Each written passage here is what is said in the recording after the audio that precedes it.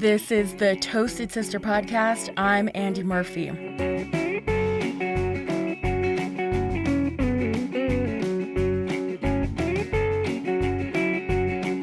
Hey guys, did you know that the Toasted Sister store is fully stocked? Well, it is. If you're a fan of this show and you learned a whole lot about Indigenous food sovereignty by listening, please consider supporting with a purchase. I still have lots of t-shirts, bags, and prints available, so check out the shop at toastedsisterpodcast.com. In other news, I've been featured in a cool young reader's book called Food Stars, 15 Women Stirring Up the Food Industry. It's written by Ellen Mahoney. The book came out in October this month and is available right now wherever you buy books.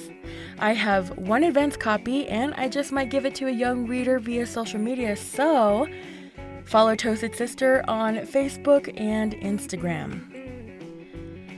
This is big episode number 80. And you know what? I think it's about time you learned a little bit more about me. I've shared bits of my story throughout this podcast and with other food media, but I thought it was about time I opened up a little more with you guys about some of the most important things I've learned while doing this podcast and how I've been handling my mental health lately. In this episode, my sister Alisha Murphy interviews me. For context, Alisha is the economist for the Navajo Nation, and at my full-time job, I'm the senior producer for Native America Calling. Got it? You sure? All right, here we go.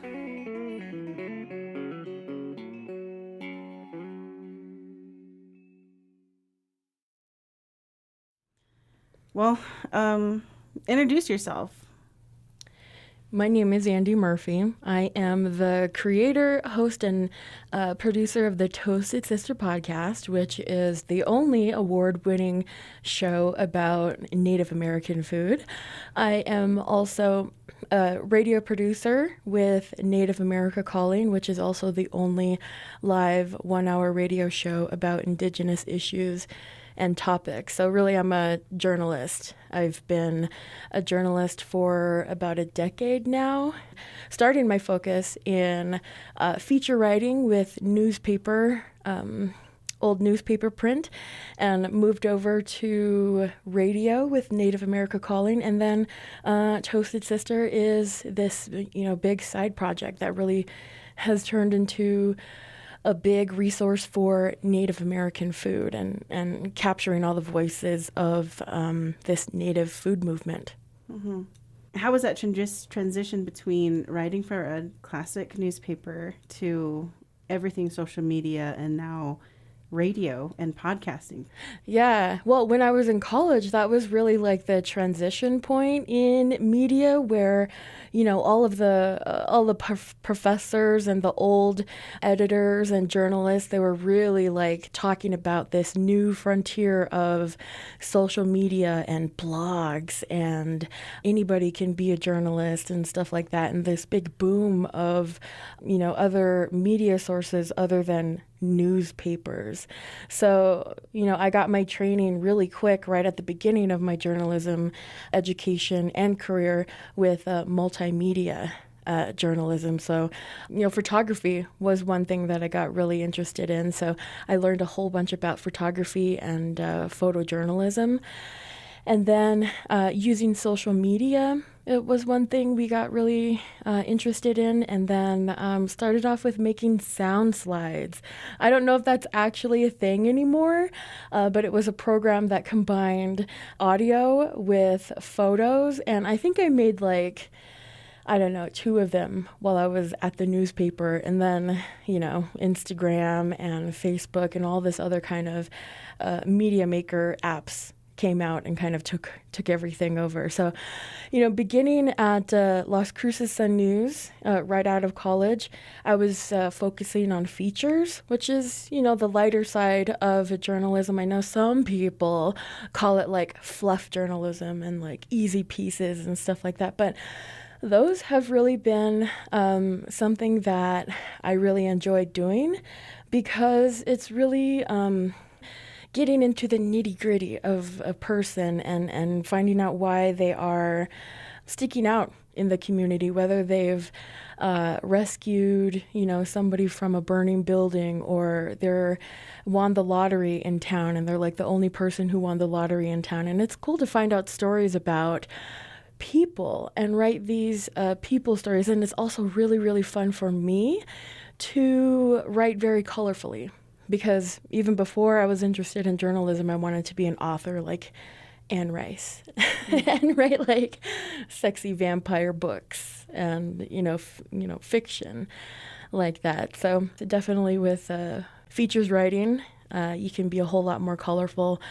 Also in Las Cruces is where I found food.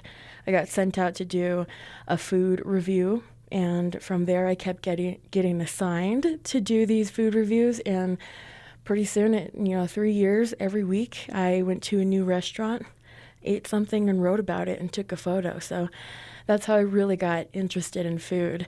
And then, this position over here at Native America Calling came up. Honestly, I've never really heard of Native America Calling before. But, I looked into it and I'm like, wow, that's what I initially wanted to do. I wanted to be a Native journalist focusing on Native issues and topics. So I applied and I got it. And I was really kind of afraid of that transition from writing print and then going into radio. I made sure to tell the editor here a couple of different times, like, I'm from print journalism. Like, this is how I write. But after a while of working with the editor, working with the host at the time, I learned the style. It's a lot simpler. In this position as a producer for an actual host, you learn how to write how they would naturally talk. So now, we have a new host, and it's a little bit different style from Tara, who was the previous host. I'm getting a hold of his style of speaking, and definitely, whenever you're a writer and you have an editor, you also kind of learn how to write for that specific editor. Of course, from radio to podcasting, it's just easy. And I'm my own editor for Toasted Sister. But I still do article pieces every now and then. That skill is probably always going to be with you. But now you focus on this job and Toasted Sister and art stuff. You just have a lot going on all the time. So that was you coming out of college and going into like your careers, going into what you are good at and expert at, writing, and now you're always working in radio and producing and stuff like that. So tell me, how did you start Toasted Sister? How I started Toasted Sister. So if you listen to the first episode, I kind of give a little ditty about it. We were just talking about that word ditty. Don't say ditty. Well, even if you haven't heard the very first episode, while I was here at Native America Calling, I was fresh, and I was starting to look into Native American food. And, from writing all about the food happening in Las Cruces, all the different kinds of restaurants from people who come from all over the world. And I was learning about that kind of food and the culture and the people. And then, the issues that these people face and, the history of where these flavors come from and the ingredients come from. But I never really paid too much attention to Native American food or Navajo food.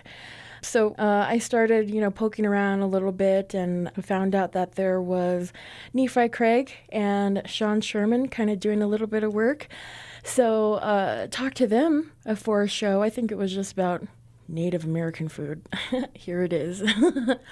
From there, just following Nephi and Sean Sherman, I, got to know a whole bunch of other culinary folks from all kinds of tribes and all kinds of different expertise. And of course, they have all of their own issues and all of their own history and, all of their own like really beautiful flavors and ways to do really awesome culinary work. So I decided that, it needed to be a lot more than just a couple of episodes on Native America Calling.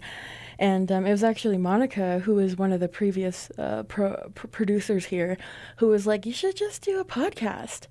And I'm like, huh? Let's see then. And she's like, you have the studio here, which we're in the studio right now. Mm-hmm. You have the studio here. You've been writing for radio. It's just the same. Come up with a little bit of a loose structure and, you already know how to interview people.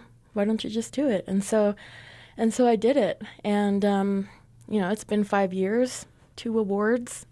And 5 years? It's been 5 years, yeah. Just over those 5 years, learning about all kinds, every kind of Native issue and topic in my regular job for Native America Calling. All of this just kind of, blends into and combines with all of the issues folks are looking at when it comes to indigenous food and food sovereignty. So, everything's all, connected, and there's, you can be like a lawyer, but at the same time, whatever your lawyer work is doing for, Indian policy or whatever, that trickles down into what somebody can do on their own land in terms of like agriculture. Sometimes I'm sitting here and I'm like, there's so many stories. There's so much going on. With a lot of my podcast, it was like, here's what this cool chef is doing. Here's this issue. Here's that. And now there's like 10 people, 12 people right now who are just like making moves like right now. And I'm like kind of frozen and I don't know who to pick next. Yeah. So I'm kind of in that position now where I'm like, I want to talk to everybody, but who do I go to first? I want to travel there and talk to that person, but not yet. I don't know. Mm-hmm. I'm having trouble just kind of moving forward right now. I have an episode about a co-op in the can. I have an episode about Miss Navajo. So those 2 are almost ready to go. They just need one more piece and, a couple hours for me to sit down and put it all together. Mm-hmm. I forgot what your original question was. Who are you? Oh. What is the meaning of life? That was my original question. Why are you here? Who are your parents? I just asked you what time it was. Time, that's very interesting. It just keeps going. And food. We just need it every day. Don't stop.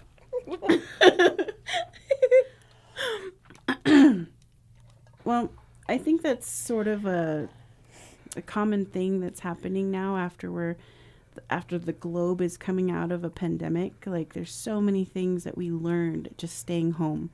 There's so many things that we were able to watch on our phones or watch on TV or you did those night owl chats that, brought people together doing different things, from different parts of our country. Mm-hmm. And then now we're coming back into almost a normal 8 to 5 sort of schedule again after COVID. And now we're just bombarded with all of these ideas that it's really stressful to think where to start next. Because I feel that in my job. I mean, I didn't have this job when COVID started, but there's so many ideas that are coming to my office from people who have had to sit there and just wait out COVID and go through that stress. And then, so it's not like a concern. I'm not worried about you. Yeah. But that's really cool that you have this resource just there. Like, so many people you've met in 5 years. So many people you've learned from 5 years. And you're using that to teach people that have absolutely no idea what native food is, what indigenous food is, what farmers are doing to help their own communities, what astronauts are doing with green chili seeds. That was the coolest episode. And before I forget, one of the things that I wish you could do with a Toasted Sister episode is go back to that sheep camp and just like, give an update on this family, because that episode was so awesome. It was really one of my favorite episodes and then that next was the green chili episode. But yeah, there's an idea for you.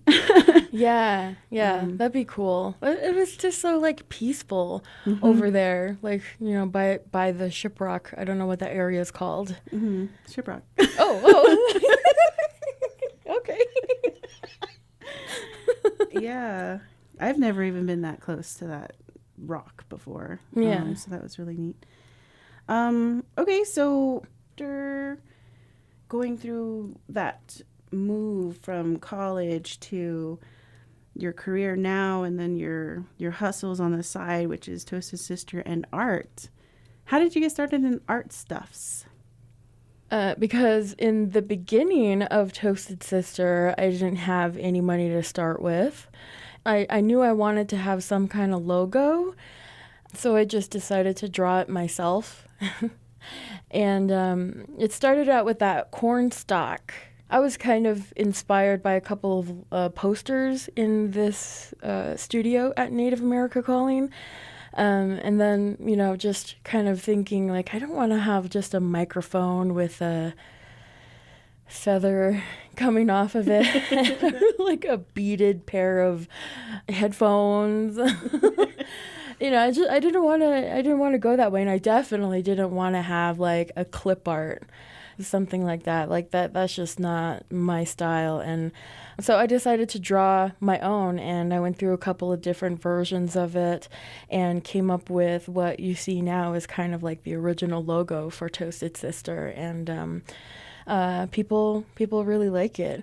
And how the Corn Man came about, though, was at let's see, Indigenous Comic-Con. I think it was the first or second Indigenous Comic-Con, but I was part of some kind of an event with Brian Yazzie, and I wanted to create the poster for it.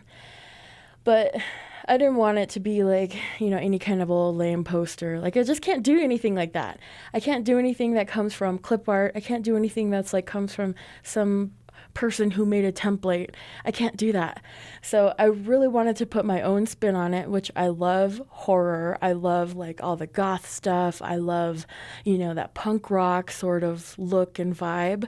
So I decided I wanted to do like a Frankenstein sort of old horror movie poster, like the werewolf man, the wolf man, and Dracula, and all those, the creature from the Black Lagoon, like those classic movie posters. I wanted to do something like that. So I'm like, I need some kind of monster person.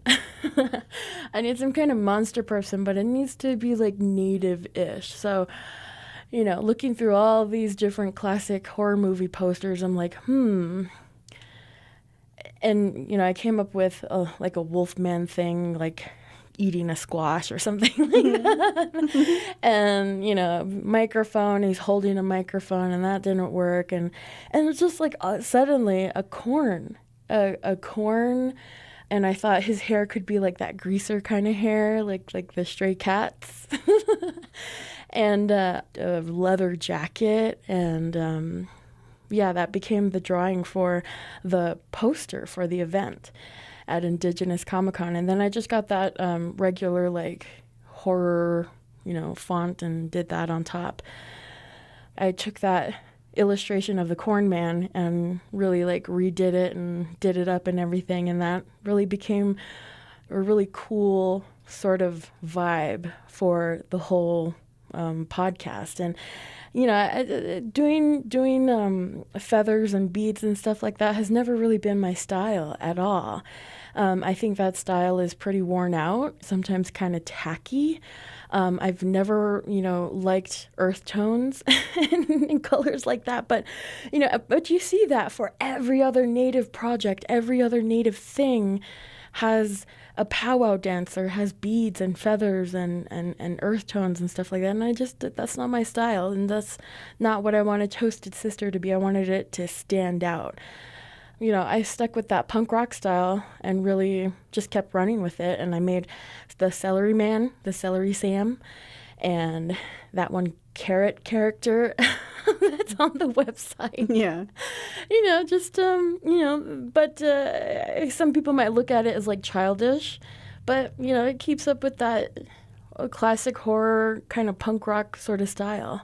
But I came up with the Mary Mother of the Corn. Mm-hmm. That one's a really popular style. Mm-hmm. And then I started doing the lino cut printing. And that has really become like something I've gotten obsessed with lately. And I've been doing a whole bunch of it lately for the Prickly Pear Festival, making the bags and the makeup bags and the T-shirts and the aprons and all that kind of stuff. So, yeah, that's how the art came about. And I haven't wanted to maybe commission any other artists to help out because I've already like developed this skill and also just my own style that I can keep going with. Cool. I am a little salty because I was the one that drew the Celery Sam. Oh, yeah, huh? Well, I just drew with squiggles because I'm not a good artist, but I just drew I knew it was a celery stick because I think celery is the coolest vegetable in all the land. Yeah. I don't know why, but every time I bite a celery, it's like, this is so cool. It comes out of the ground. I can't believe we eat this. So, I mean, yeah, and then throw on a cool shirt. But you added the squash leaves to his shirt. Yeah, Scully shirt. Yeah, the Scully shirt. You had him like in a cut off sort of jean vest. Muscle shirt. It was a muscle shirt with yeah. like big old muscles. Yeah, celery muscles. I thought, I don't know, I might get banned from somewhere with all those guns. Yeah. I remember that it's never been your style to have like beads and turquoise and feathers and stuff like that. And it just, everybody has their own style. Mm-hmm. And I think Toasted Sister is really an expression of, again, your passion in telling this type of story with a food and that kind of thing. So very, very cool. Mm-hmm. Well, I know you because we're sisters. You do like the work here at Native America Calling. You do Toasted Sister stuff. You go to do different articles for different magazines, for food magazines. And then the art pieces that are these are time consuming. They suck up a lot of your time. Mm-hmm. So we know like when not to bother you when you're busy doing some kind of project. Mm-hmm. But, in the last couple of months, it's kind of slowed down. I kind of bug you, like, when's the next Toasted Sister episode coming out? Because I drive a lot for work. I travel a lot, and I listen to podcasts. And one of your episodes or one of your shows is what I listen to, along with all the serial killer stuff. But but it's really slowed down. Why did it slow down? It slowed down because there had been a period of burnout. Like you said, I did, the podcast, my full-time job. I was doing like speaking engagements and workshops and articles for other people, artwork, and then there's like cleaning that I have to do and laundry, and I even stopped, kind of cooking too. And somewhere in the middle of that last year, both of us got in a car crash. We got hit by a drunk driver. That affected you a lot more than me, but still, that kind of like gave me a reason to just slow down a little bit, because at least I could give that excuse to all these people who were needing stuff from me. But even before that, I was slowing down, and I wasn't doing much because I was in that state of burnout. There was at least maybe a week or two where I just like didn't do anything. Mm-hmm. I just sat there. And there was, a real depression that kind of happened. I saw emails coming in from people who needed things from me, I missed some deadlines and stuff like that, and I didn't care anymore. I just was tired. You know, there was some weeks and days where I wouldn't even be sitting at the couch. I would just finish up work here and then go home and get on my computer at home, and hardly ever going out. And of course, like, not making time to make any friends, never socializing except with you. And you don't even live here. Yeah. You don't even live here. So, you know, it was hard. You know, there was a while where I kept saying, I'm going to slow down. I'm not going to say yes to everybody. But, you know, a couple years ago, there was so many of opportunities being thrown my way, so many people wanting to have me, you know, put together a spread of native food stuff for their magazine. And yeah, all of this kind of just came to a stop. And I had to really deal with myself and really like figure out like I can't. I'm not happy. And then when I really started to feel like I was not happy doing all of this stuff that makes me happy, I got scared. Like, am I gonna want to like go into financing or something like that? No. Am I gonna want to like be a lawyer or something? Like, I love all this storytelling and everything, and I love everything that I do with Toasted Sister, but you know, I was just wearing myself so thin and not taking care of myself at all. And you know, I started drinking a whole lot more, you know, just by myself, you know, really just having trouble concentrating. And it was actually like Monica who I think noticed all the signs in me for ADHD. And she said, like, you should just get checked and see what that's about. You know, it's just a test. So, you know, I go to IHS, you know, everything is right there down the street. And I thought, you know, let's just see what that's about, because I was already going to therapy. So they gave me the ADHD test, and, you know, I was diagnosed with ADHD 2 years ago, depression and anxiety, and really started the medication process for that. And I think that has been, you know, a big change in my life, and a positive change too. To find out, you know, why it would be so hard for me to concentrate and finish one thing. And that was a thing too. Like, I would start so many little projects and house projects and Toasted Sister projects, and, you know, line an interview up with somebody, and at the same time line an interview up with two other people, and then I would have to say, sorry, I don't have time. Sorry, I don't have time. You know, because I couldn't finish it, and I was taking on new stuff and have to push, you know. So looking around at my house and at my life and at my to-do list, everything was just like started and never completed. And that's a horrible way to live.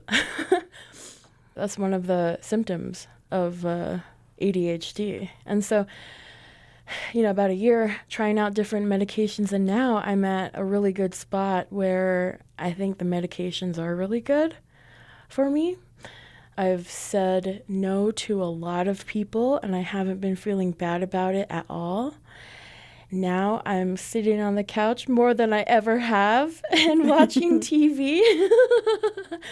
I'm watching TV again, and I am doing housework and really doing some deep cleaning in my house. The only thing, though, is I haven't started cooking again. I used to cook all kinds of meals and you know, put it on my Instagram, but I don't know. That's something that just I haven't gotten a feel for again. It comes back every now and then, but that's something I'd like to work on next. But right now I'm taking more care of myself, just resting, having real rest, and not feeling like there's so many deadlines around me and feeling crushed all the time. So that's why I've slowed down a whole bunch, but now I'm wanting to put out more episodes. That's a lot. It really is a lot. And we can't forget that you have been doing a lot of home renovations too. Yeah. That's not a small thing. I'm a Because, homeowner. yeah, that's not a small thing for many reasons, but also that it disrupts your sense of safety, your sense of content in your home. And if you're not like content in your home, it makes it builds up a lot of other things, and it amplifies stress a lot. I myself is going through that while I'm transitioning back home. Anyway, whatever. Yeah. But yeah, it is a whole lot that you've been doing, and self-care. That word just makes me cringe, but it's such a true word that we always forget about. I had to think about that going through grad school. Self-care. I was working like 16 hours a day studying and doing assignments and teaching and all this stuff, and I had no time for me. What you've been doing is taking on so many things, and I feel for you, because you felt like you were scared that this wasn't your passion anymore. Yeah. I don't know. I've never heard you say that before. So that's all I've known about you from school, from when we were kids to, I was always kind of like jealous because you had that natural talent to write. It never was an effort for you. Like I had to learn. I had to learn grammatical things, and I still ask you specific things about how to write a certain thing, but it's hard to talk about. Is it hard to talk about ADHD, having that kind of stress and anxiety, depression? Before, I think right in the beginning it was when I got the call from my doctor that, here's the results from your test and everything, and yep, you do have, and, from here, let's go forward with, if you want medications or a different, like, therapy or more therapy, and I'm like, it was almost like getting a diagnosis of a real like health physical problem. Like I felt that rush of anxiety that just like, takes all the blood out of your face. Yeah.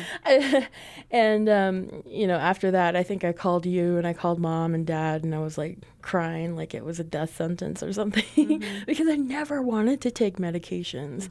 But, after slowly getting into it, and then right now feeling like balanced and, literally not crying on the highway, after work on the highway back home because you just can't, handle all the pressure, like literally crying all the time. That was me. Now I don't ever cry except for when you see cute when I kitties. see cute Cute puppies. yeah. Except when we go to the animal adoption place and I see all those kittens and I just can't help myself. But yeah, but I've written about it a couple of times in my newsletters, and I've gotten a couple of responses from folks who have said, yeah, I have that too. And somebody wrote to me and like signed their, instead of like sincerely or love, Yeah. like from a fellow ADHD nerd. Oh, Like, wow. not a nerd. I'm not a fellow nerd. But I like to go back to what you said about like feeling comfortable or protected in your own space. Content in your own space. I mean, yeah, that takes a lot out of you. And maybe just like certain people. For me, I can't be in, it makes me feel anxious and kind of like off when I'm in a place that just doesn't look right or feel right to me. I take a lot of care with the way my house looks because I can, and nobody else lives with me, so I get to do like whatever I want to the aesthetics of my own house, and that makes me feel so comfortable. So, taking care of that was something that I always thought was really, really important for me. And I can look back like on our house that we grew up in, and how cluttered it was because, we had a lot of people in the house back then. I remember that feeling of feeling cramped and just like kind of uncomfortable now that I have the freedom and the money to really make a space my own and make it feel comfortable. It's really, really also been a help for me. Here too, moving into my own office with my own little space and having just kind of like a almost clutter-free area, I feel a lot more comfortable in a different setting than from the office area that I was at before, because it's almost like a half storage area where there's just random things here and there. And yeah, vibes are really, really important. And the vibe a place can give you can throw you off or not. And I think people should pay more attention to that. Yeah, I think that's new to me, just because I've lived in a dorm. I've lived a small, tiny apartment. Or I think what you do has brought out a lot to our family's attention, like things that we don't ever talk about. Like, I don't know, it's a roundabout way of saying what you do is not we acknowledge it in ways that, like, oh, now we can pay attention to that. Mm-hmm. Now there's that type of restaurant. Now there's this type of music. Now there's this type of decoration that does make us feel more comfortable. Like, I don't know if Dad will ever say something like that. But we feel like, okay, Andy's house is this certain way, and I like coming and staying at your house when we visit, because there's just a little bit more space. That's it, and it's comfortable. Mm-hmm. So I think the way we grew up with Mom and Dad, and just their hard work and everything, we just made do with what we had. Mm-hmm. And they worked really hard, and now look, they worked really hard, and now look at what we do. Like, you have a podcast that's, nobody else does what you do in this podcast. Nobody else writes what you write about, and talk and share these stories. And I ended up in my job, and I'm the first in my position ever for the tribe. So, like, their hard work gave us this, and we worked hard too. So I don't know, it's just really cool. So I think we've learned a lot about you. Is that enough? I'm sure there's days more we can learn more about you. But one of the most important questions, and probably the deepest, so get down all the way down to your nucleus. Okay. And answer this.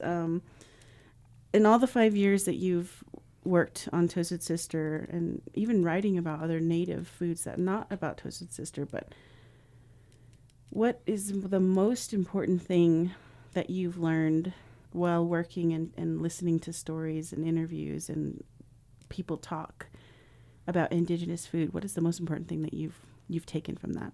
Yeah. The most important thing I've learned doing all this podcast, listening to all these stories, learning about all of these issues, is individual people, everybody needs to learn how to cook. You know, all of this work that chefs and farmers and policy people and tribal leaders, you know, grassroots groups, nonprofits, all that money that's going around for all of these different culinary projects and food sovereignty projects. It doesn't mean anything if we don't know how to bring these ingredients and these flavors and these foods into our own home. It doesn't really mean much when, you know, a local farmer comes out with, you know, all these really awesome vegetables and a variety of vegetables, and you know, the whole, you know, organic and farm to table sort of thing. If we're not like hungry for that, then, you know, why are they even there? You know, because a lot of these people, they're working so that we have access to foods, that we have knowledge to grow and you know, eat these foods. But I think, you know, a lot of what's, you know, sometimes what's lacking is people's ability to cook and be excited to cook, and, you know, just have a wider palate. You know, with a wider palate and a, you know, educated palate, knowing how things taste and learning different ways to cook different ingredients, you can bring almost anything into your own kitchen. That's one of the most important things I've learned. there's a whole bunch of ways to talk about food sovereignty. And I know when people talk about food sovereignty, it seems like this big, giant concept, this big moving thing. And how am I, little Andi Murphy right here, how am I going to be part of it? Like, it's too big. I don't have time to, be part of this whole movement, this giant thing. But, if everybody learned how to cook and learned how to be like hungry and inventive with these foods in their own kitchens, then, that's a huge, huge part of that. When you're saying learning how to cook, you're also down to the trivial things like learning how to use a knife, the proper knife, learning how to have foods at a certain temperature and when things are in season and when to use them, when they're the most flavorful. Things like those short cooking demos. I saw how you used a knife to cut mint. You rolled up the mint and you cut it like that. That to somebody who doesn't do that every day was helpful to see. Mm-hmm. And then I think this was all during COVID when you made those videos. And so I was home and I took the time to do that. And so that was awesome because I saw what you did and then I could do it myself. And then, of course, I just bug you about when things are in harvest and stuff like that. But what else are you talking about? Like how to cook, like bringing things into your home, like wild rice. You had come into some wild rice and gave it to me. I only made it one way. Yeah. No, when I talk about wild rice and bringing different ingredients, I can name, tepary beans from Ramona Farms over there or wild rice from any of the lakes up there and maple syrup.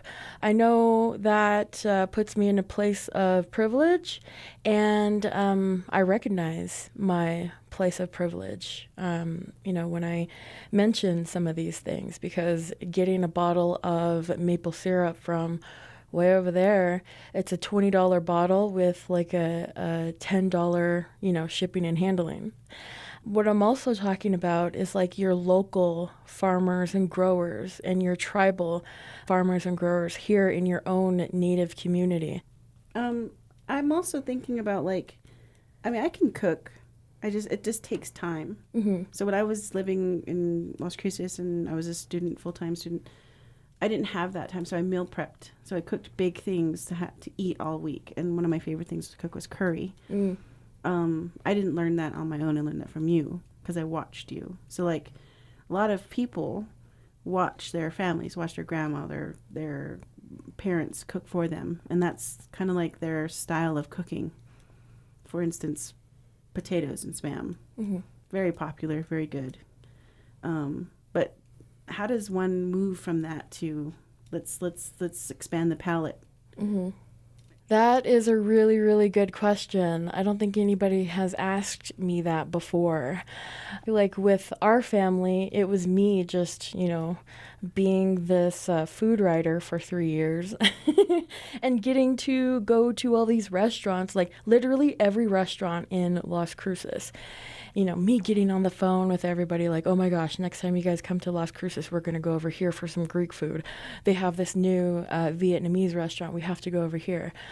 So in some families, there's probably people who are like me, like, oh my gosh, next time they come over, I'm treating everybody treating everybody out to this Indian restaurant. Grandpa or Dad has never had Indian food, but damn it. He's going to love it. No, what? Dad loves Indian food and Vietnamese food. So, the whole meat and potatoes and your family's own, your own traditional foods, like the recipes, whether that's biscuits or tortillas or Spam and potatoes, those kind of recipes in your family that have been passed down for generations, those will always be good. And I think those will always have a place. But, when we talk about health, and I hate to talk about health, but some of these foods like meat and potatoes and Spam and, that kind of stuff, it takes up too much of our home menu. How I think of it and how I think everybody should think about this is you're going to eat every day until the day you die. There is so much room and so much time for you to give something else a chance. If you're curious about something, go out there and get it and try it. There are other options. There are other flavors out there that will surprise you. There are other ways of cooking things that will surprise you, and it'll definitely make you a better cook, and it'll make you a whole lot more and more creative. That's the word I was trying to think of. Like, I got distracted by these twinkly lights up here. Shiny. Oh, shiny stuff. I'll stay ADHD part a little Creative, bit. yeah. It makes you more creative, and it makes you like less scared to try something else that's new. True. When I make curry and I'm confident in making curry, even for mom and dad at home, like I do feel good about it, and I feel like I want to try something else. And I'm not like a terrible cook. It's just like you said, you come from a place of privilege. I also think that means that you come in as you're in Albuquerque. You have access to grocery stores and all kinds of things. As people on the res, we don't have access to that. We have one grocery store, maybe not even a grocery store. Maybe it's a convenience store that has limited options. But I think we all go to the border towns. We all participate in that economic leakage. There's the opportunity for people to try new things, and it's fun. And you learn about something somewhere else. You learn about a different part of the world. You learn about other people's creativity. So I think it's all good, and it's delicious. Yeah. Yeah, Shane. Okay, I think I'm out of questions. All right. I'm actually hungry. Are you hungry? Yeah. We should call someone. We should cook. Nah, it'll take too long.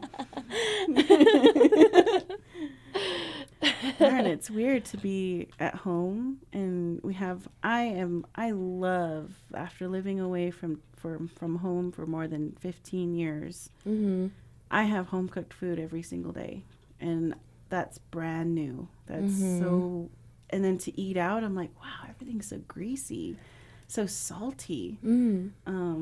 So I'm getting that type of experience now. Yeah. And that's weird. Yeah, sometimes you guys send me all the food that, mom makes and dad makes, and every morning before I wake up, you're texting dad, thank you for the egg sandwich. I'm on my way to work and whatever. Yeah. And I'm like, God. I haven't had breakfast in like 3 years. I come here and I have lunch after the show and everything, and then I'm a late dinner eater. Like my dinner is like around 10. And then when you guys come around, you're like, you guys are hungry like at 5. It's 5:23 right now. Yep, nursing home hours. And you're like, there's breakfast and coffee in my kitchen. And then there's lunch and dinner and sometimes snacks. And I'm like, wow, gosh, these guys. That's their privilege. You get to have regular 3 meals a day. I just have 2. Sometimes it's even 1. Yeah.